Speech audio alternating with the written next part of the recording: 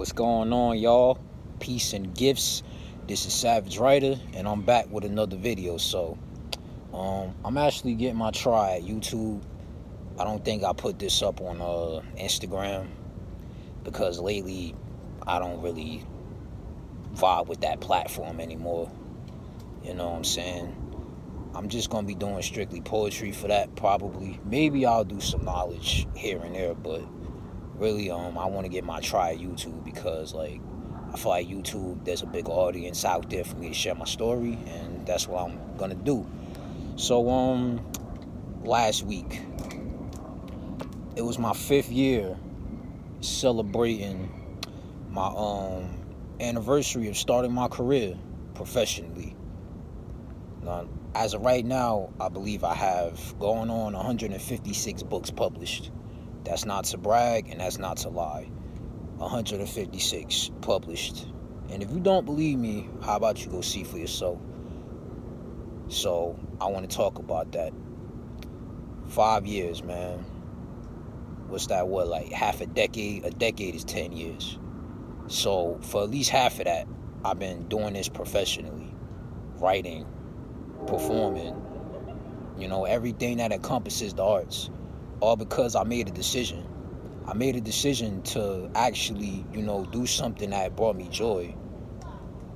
I made a decision to go against the grain. I made a decision to do something that nobody else was willing to do, which was to tell my stories, which was to do something that not too many people can do, because there are a lot of people out there who aspire to publish novels, who aspire to do the things that I'm doing. And most of these people, they never get it done. It's all just a dream in their heads. And not for me, man. I actually wanted to sit there and do whatever it is that I wanted to do, and I did that. And was that easy? No. It took work. It took sacrifice. I had to sacrifice a lot. I sacrificed time. I sacrificed friendships. I sacrificed, coming in from school playing video games. I had to sacrifice a lot. And part of my teenagehood, I didn't really get to go hang out and go have fun. Now I could do that as an adult, but I really don't do the party scene. I've been there and done that, you know what I'm saying? That shit don't interest me. I'd rather sit in on a Saturday night and work on my dream rather than go out in the club, get fucked up, and celebrate failure. Oh man, these squirrels, they dropping all these acorns. But yeah, you know what I'm saying? I sacrificed a lot to get to where I'm at today. And I'm at, the college I want to be at. And as far as that's concerned, that's been a really rough road. For the past, I want to say 2 months, I've been dealing with a lot. Moving away from home for the first time was really a big adjustment. And I'm still adjusting to that, because I've never been out the house. I always lived with my mom for most of my life, and I had to get out of there because not only was it becoming toxic, but if I didn't take the opportunity to get to where I'm at, if I ain't take the opportunity to leave, that environment behind, then I'd be stuck there. I would never grow. And growth happens when you get out of your comfort zone. That's what people don't realize. 96% of people don't become successful. And you know why? Because they're not willing to make sacrifices. They're not willing to step into the unknown. They want to go with whatever is convenient. While as you have those 3% that's making the moves. It's all right, I know what I got to do to get here. I know what needs to be done so I can get to where I got to get to. And that's not going to be easy. And recently, I dealt with betrayal. It's somebody that I really had a lot of love for. I've known them for years. And we had a wonderful relationship, friendship. And then till they did some snake shit behind my back that I didn't like. And I essentially had to cut that person off. But that was for my own good. Because had I didn't cut that person off, and I would have continued that friendship or relationship, and we could have done some business or got intimate, that would have costed me a lot. They would have waited till then to reveal their true colors. And yeah, that would have really costing me a lot. So that was the universe revealing to me what I had to see. Like, look, this person ain't who you think they is. You know, turn around right now. And I thank the universe for that, for protecting me. And like, since I've been here at Kane University, I felt very alone because I don't know anybody. And the only person I actually did know, you know, they did some snake shit behind my back. And they had nothing to show for it. You know, they sitting there, they laughing about it, they making fun of me for it behind my back. But guess what? You don't realize that that's gonna come back on you one day. You know, tampering with a protected individual. You don't realize that everything you've done, you're gonna have to answer for. So if that person is watching this video, you know who you are and you know I'm talking to you. So I ain't gotta explain it. I went a little off topic, I apologize, but so I'm celebrating my 5th year of being professional. My first published novel, which was The Ballad of Sydney Hill, I published that on October 26, 2014. At the time, I was 15 years old. I just became a sophomore in high school. And like through that time, I was going through a lot. I was very depressed. I had low self-confidence. I wasn't really in tune with my higher self like I am now. And I'm still on this spiritual journey as we speak. I wasn't really like utilizing my potential for good. Like, I was doing a lot of toxic things. And to this day, I still am in the process of breaking a lot of toxic habits. But I want to tell y'all, like, something. When I started writing The Ballad of Sydney Hill, I was in 8th grade. This was about late 2012. And, like, before that, you know, I started the 8th grade. And, like, I didn't know what I wanted to do in my life. I didn't know where I wanted to head, you know. Like, I looked at high school, like, oh my God, I don't know what I'm going to do. Am I going to make friends? Am I not going to be bullied anymore? Because, like, I went to an elementary school that was not really that good. You know, I dealt with a lot in school. Like, I got picked on, you know what I'm saying? I get into fights. Like, all kinds of crazy stuff would happen to me. I always would be sitting in the principal's office, like, almost every day. And then got to the point where, like, they got tired of calling me in the office. They like, look, you don't get it together, we're going to have to put you out of here.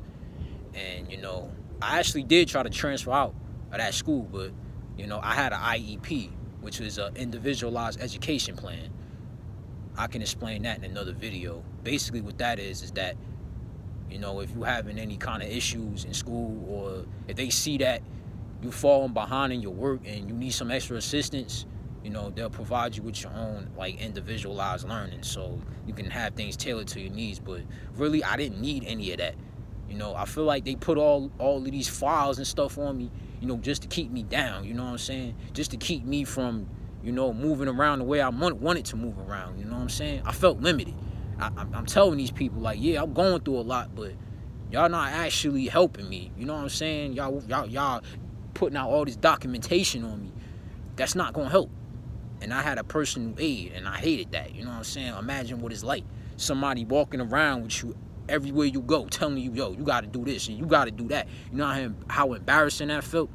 I hated that. And I told them, like, when I get to high school, y'all ain't doing this crap to me. That shit ain't going to slide. And then, like, I went into a mental hospital because I was going through it.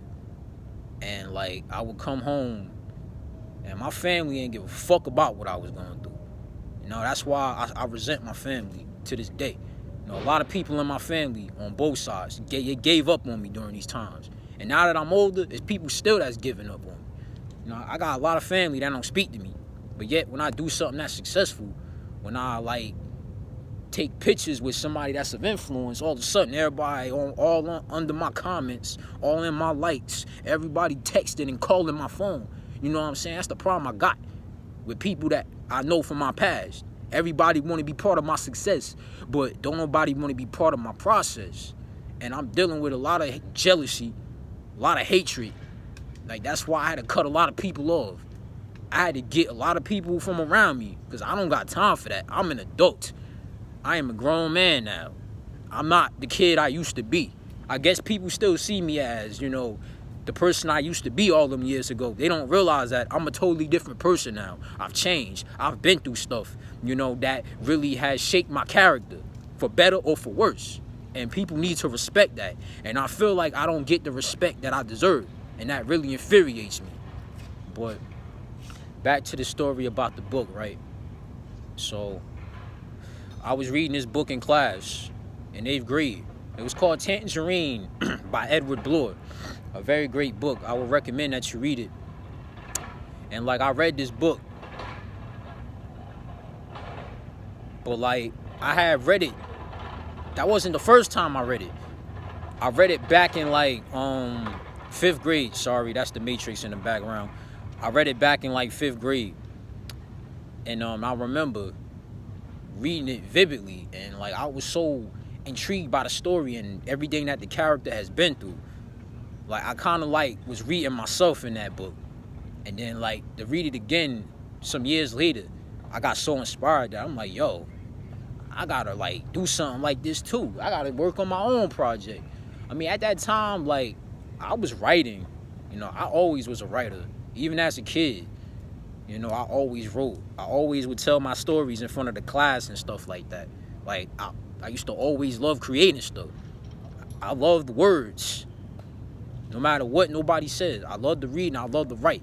But school made me like lose touch with my gift at one point. You know, I don't like school. I don't thrive in an institutionalized environment. I like to go outside and do the things that I want to do. You know, something of my interest. I don't give a shit about history. I don't give a shit about algebra. I don't give a shit about, you know, what's in the curriculum. Because that shit don't help me. I don't thrive in that environment. I know what kind of learner I am.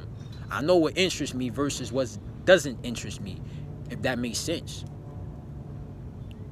You know, I wasn't always a straight A student. I did my work, but I wasn't no straight A student. And a lot of my teachers try to force that expectation on me. Oh, you gotta have straight A's. I remember it was my 12th grade AP teacher. You know what I'm saying? No disrespect to her. I'm not trying to disrespect nobody.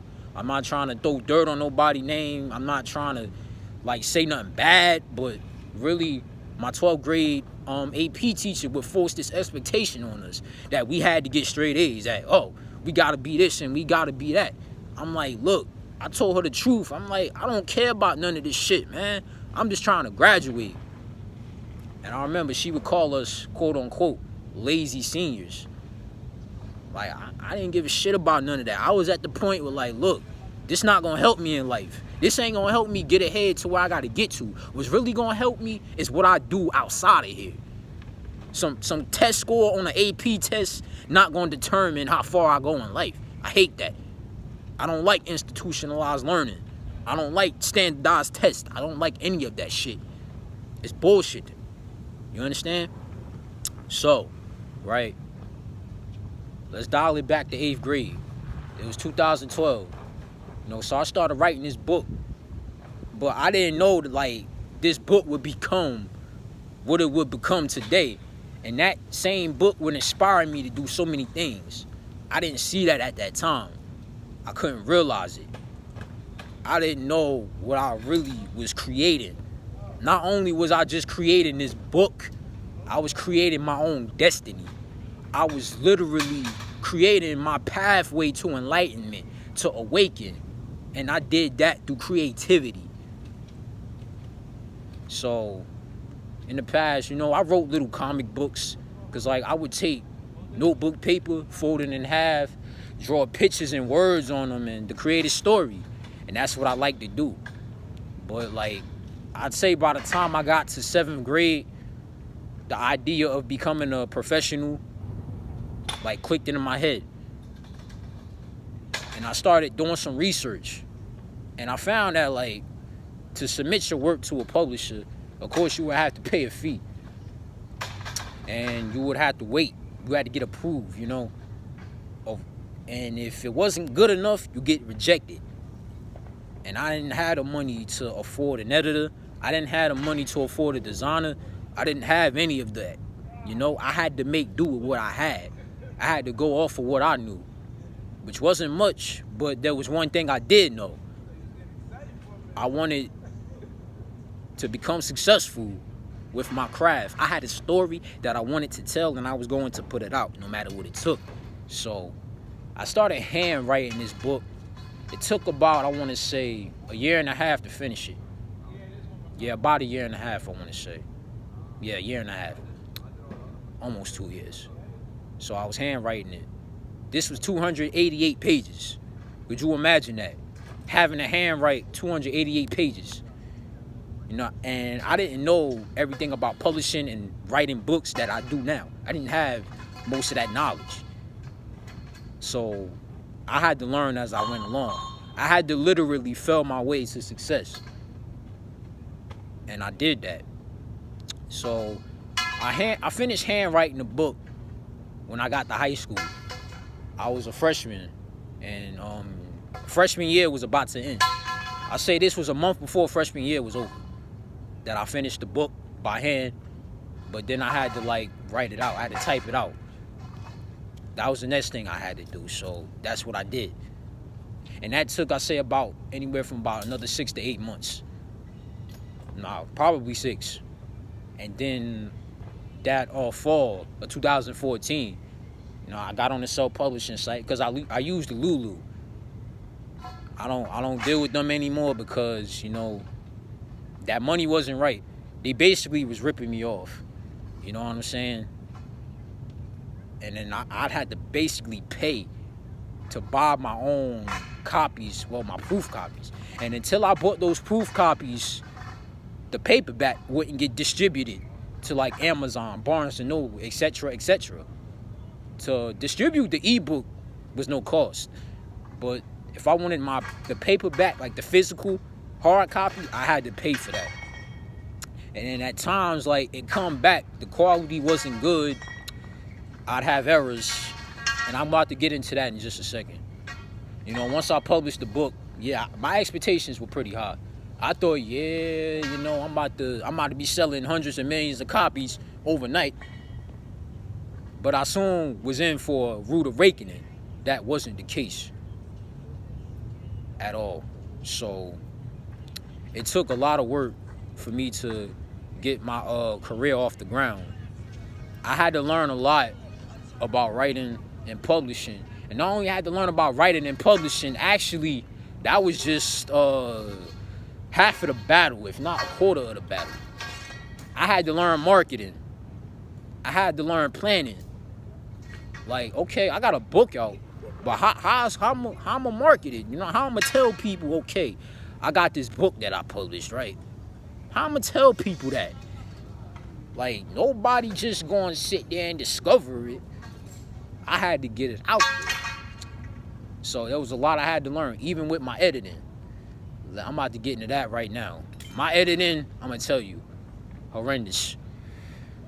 You know, it was very, very, very bad. If you look at my first drafts that I produce now compared to the first drafts that I produced back then, you have much better quality. But back then, I wasn't really that sound with my editing. And I remember I didn't have money for an editor. Like, that would cost like easily from hundreds to thousands of dollars, and I didn't have that, so I had to improvise. So I was at my guidance counselor one day, because when I was in high school, I used to go to the guidance counselor like all the time. I said, hey, where can I get help to edit my book? And my guidance counselor was like, I'll help you. So I'm like, okay. I would send her drafts of my book. Yeah, I need to go over there. The Matrix in the background, I'm sorry. So basically what I had to do, I sent her copies of my book, and she would go back and she would look at it and she would edit it, and then she sent that back to me, and I'll make the changes on my own at my discretion. And yeah, that was also a tedious process, because I was eager to get my project out, but I had to wait for somebody else. But what that taught me was how to work with people, because that's how it was going to be. When you're in business, you're going to have to work with people. And when you're working with people, you might not like who you're working with, but you just got to make do with it and work around. So And then as far as my cover design, like, I had took a picture on my phone and I just put text on it. Cause I ain't know nothing about that. So I had to do what I had to do and to make that happen, right? And so I made that happen.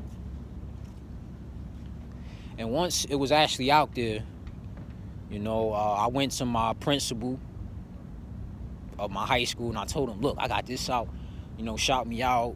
What else? I told everybody. I told my family. I told my friends. Well, the friends that I had back then. I told everybody about it. And then word started getting around and, like, people start, for the first time in my life, people looked at me in a different way, in a different light. They didn't see me as, this retarded kid, this weird kid. Or maybe they might have. I feel like they still did look at me in that kind of way. But at least I accomplished something. They saw me for who I was or who I was becoming. And then people would come up to me and ask me, like, hey, you got a book? I'm like, yeah. They're like, okay, what's it about?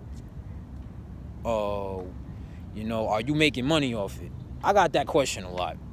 It got to the point where I got tired of being asked that. More people ask me if I'm making money than about the book itself. And that goes to show you about the people that I was around. And not only that, but what people's interests actually were at that time and the environment that I was in. That, if you ain't making money, that if you ain't got this and you ain't got that, you ain't considered worthy. You gotta, like, sit here and be something they want you to be. And that kind of like how it felt. Like, I feel like people wanted me to be something they wanted me to be. And I didn't like that. So that's why now I cut off a lot of people. I started speaking the truth. I started doing things that were of my best interest. Like, I didn't give a shit what anyone else thought. It got to that point where I had to stop caring about the opinions of others. And I had to live my life, because at the end of the day, that's what I'm here for. I'm here to live my life's purpose.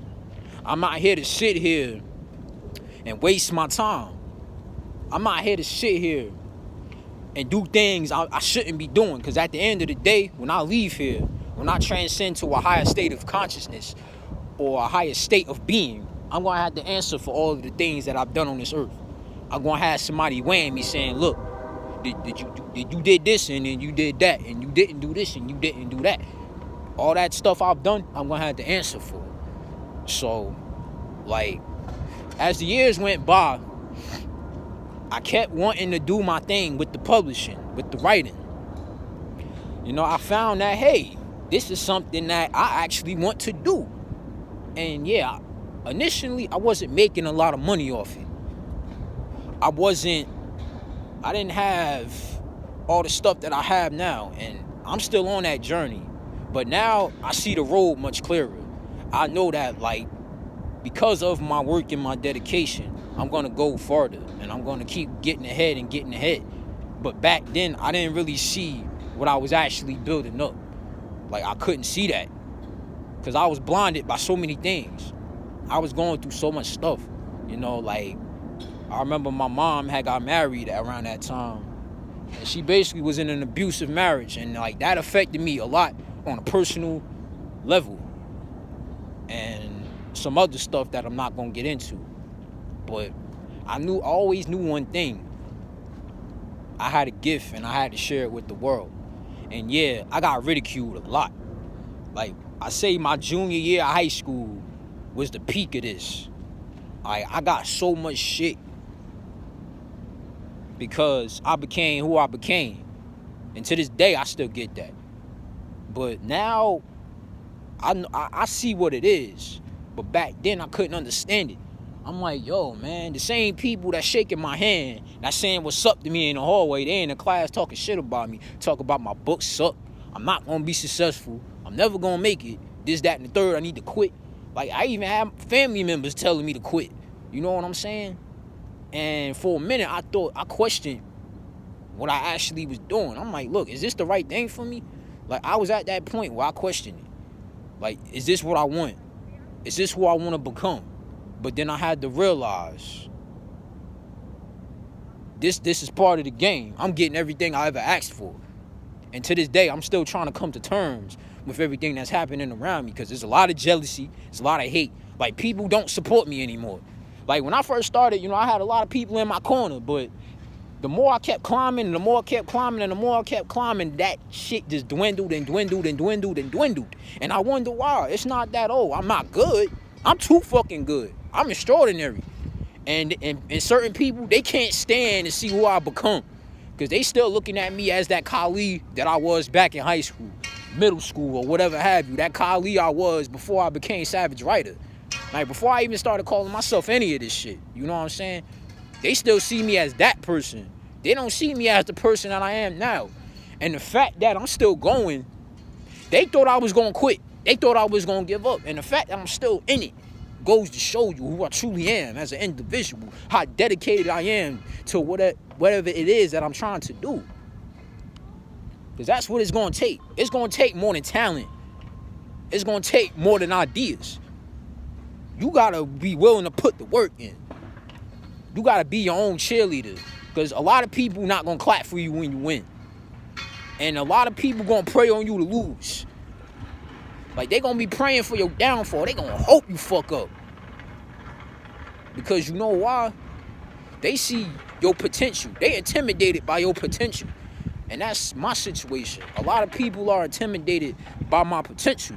They know who I'm going to become. They know I'm about to blow. They know I'm about to have everything I ever asked for and then some.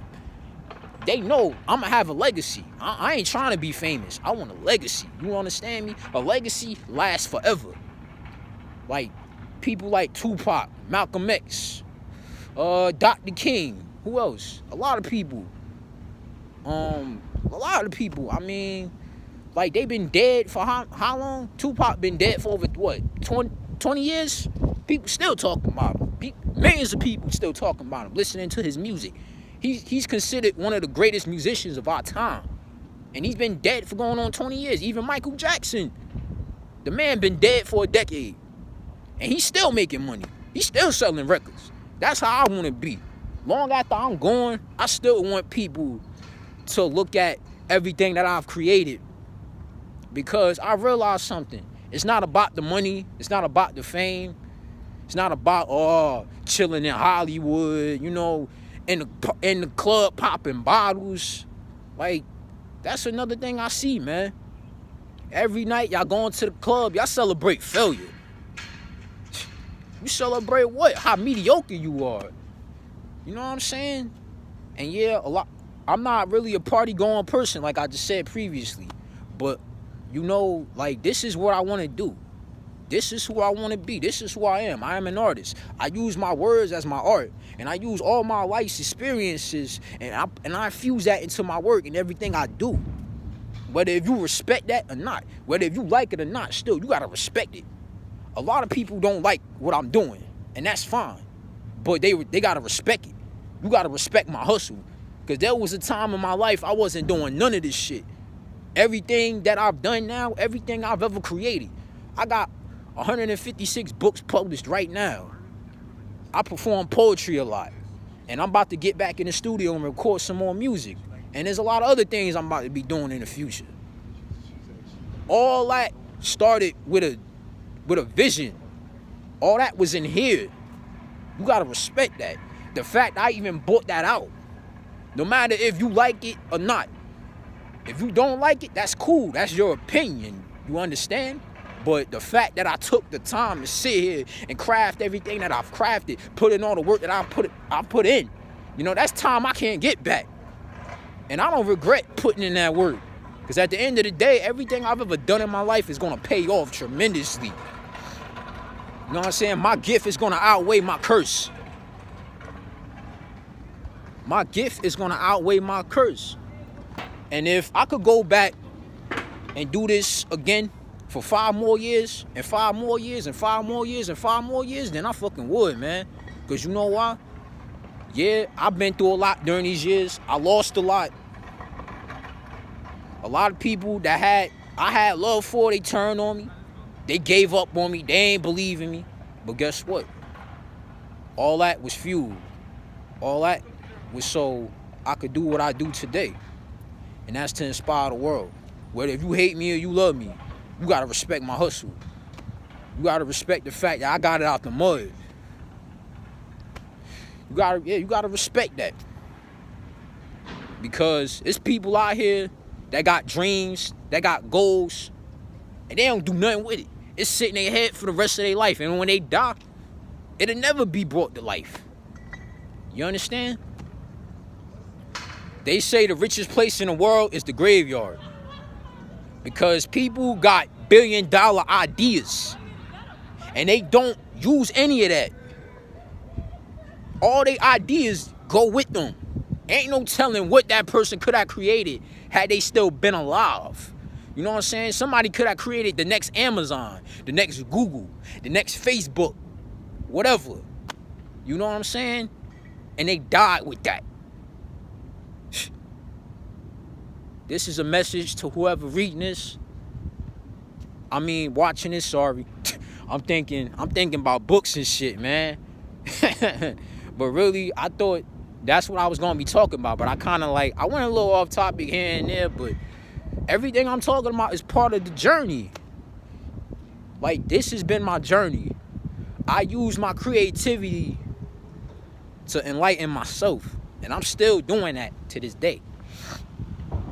I still got more work to do. I'm not even halfway through. I've but scratched the surface. I've just but cracked the dirt. There's a whole foundation now there. A whole core. I'm building the foundation. You understand me? And that's what I gotta do. And that's what you should do too. But one thing I could say, I'm glad that I took all this time. I spent all these years doing what I love. Because if it wasn't for this, I tell you, I don't know where I'd be right now. I don't know if I'd be alive or dead. I'd be in jail or not. Because I almost gave up, man. I was going through a lot. I've attempted suicide. Yes, I have. Throughout this journey, I questioned myself. If this the right thing I should do? Should I give up? I wanted to give up multiple times. Just recently, back this summer, I was so discouraged. I was considering retiring, man. I put this on Instagram. I wanted to fucking retire. I'll never do this shit again. And then a week later, what? I'm back at it. But yeah, man, that's all I gotta say. Really, 5 years of greatness. I'm glad I did it, man. Cause this taught me a lot. It don't matter where I'm at right now. I'm not as big as I want to be, but look, I've done a lot in 5 years than the average person would have done in a lifetime. I'm better off in life now than I've ever been. And probably in the next 5 years, I'll be looking back on this saying the same thing. I'm more better off now than I've ever been. This taught me a lot. I had a lot of things that I said I wanted to bring to existence, and I did for the most part. And not everything came to the light, but everything is always a process. So I'm glad I spent all this time doing this, man. And I'm happy it happened for me. And if I could go back and do it over, hell yeah. So that's it. I'm out. And I'm gonna try to put out some more content soon.